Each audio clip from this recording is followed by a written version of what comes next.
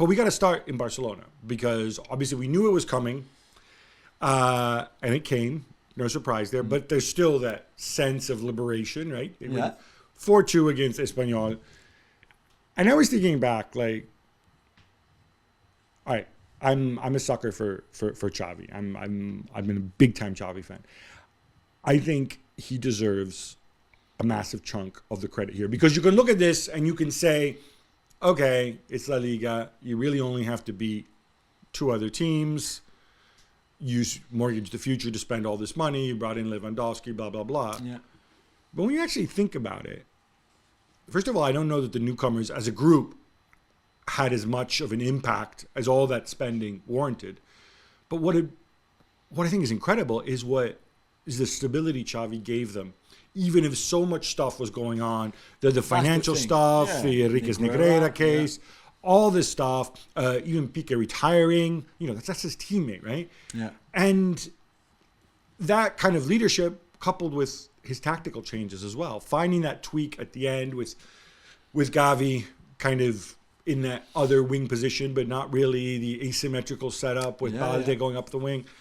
There's just so much to praise with the job Xavi's done. Yeah, for his first full season in charge, really, because he came during last season. November. For his first full season, he brings the title back for the first time in 4 years. 4 years is a very long time for a club like Barcelona not to win LaLiga. So well done to him. You're right. I think it was a very difficult context all around the team from the summer and the levers and whether they were going to be able to sign players or not.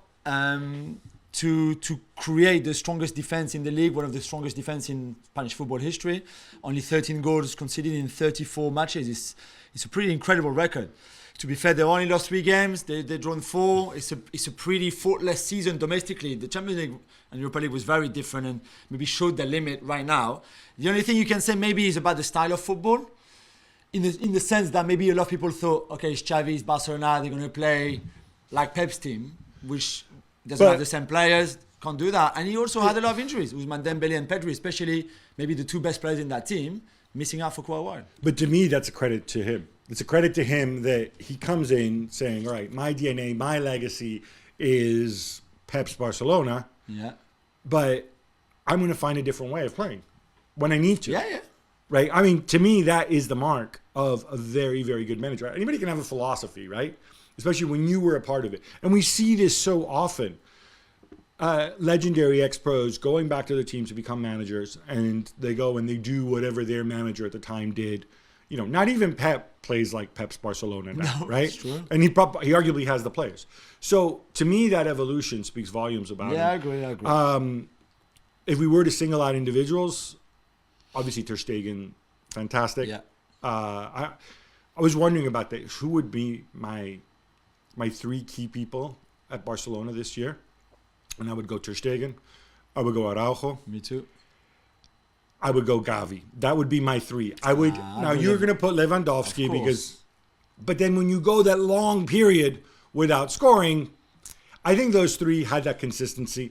I'll tell you who else I'm putting in there. 2 other guys who I think definitely deserve a mention. One is Balde because 19 years old. Bye-bye Jordi Alba. We're reworking the team, giving him more responsibility down the wing. And the other one is Frankie de Jong because this is a guy, again, in the summer, every which way they tried to sell him. You're going to Manchester United. Oh, Ten Hag. He says no, and he stays, and he becomes a keeper. So with Frankie, I think he's an amazing player. I think he would be better now that Busquets is gone and that Busquets is not in that team anymore. It's nothing against Busquets. It's just that I don't think Frankie de Jong could play at his best when Busquets was there in the position that he was. So I expect much better things and a much better even level from Frankie next season. With Gavi, I think I expect maybe too much, but I was still disappointed at the time because he doesn't have, he's 18 years old, so he will never have the consistency maybe than someone at 23, 24, 25 will have. But I still want more from him. For me, Lewandowski with Ter Stegen and Araujo, I agree with those 2 because he's going to be the Pichichi, because without his goals, nobody else is scoring. And I would mention Rafinha because Rafinha, when Dembele got injured, was not at the level as he's hit later in the season. I think he adapted so well. He raised his game, which I think deserves credit for. I think it speaks volumes about this team that when we try to, you can't single one Yeah, it's guy a collective. out. You're right. You know, it really was a collective performance, and really, I think that's as much kind of Xavi DNA as anything else. Well, thank you very much for watching ESPN on YouTube. For more sports highlights and analysis, be sure to download the ESPN app. And for live streaming, premium content, and let's not forget as well, ESPN FC 7 days a week. Subscribe to ESPN Plus.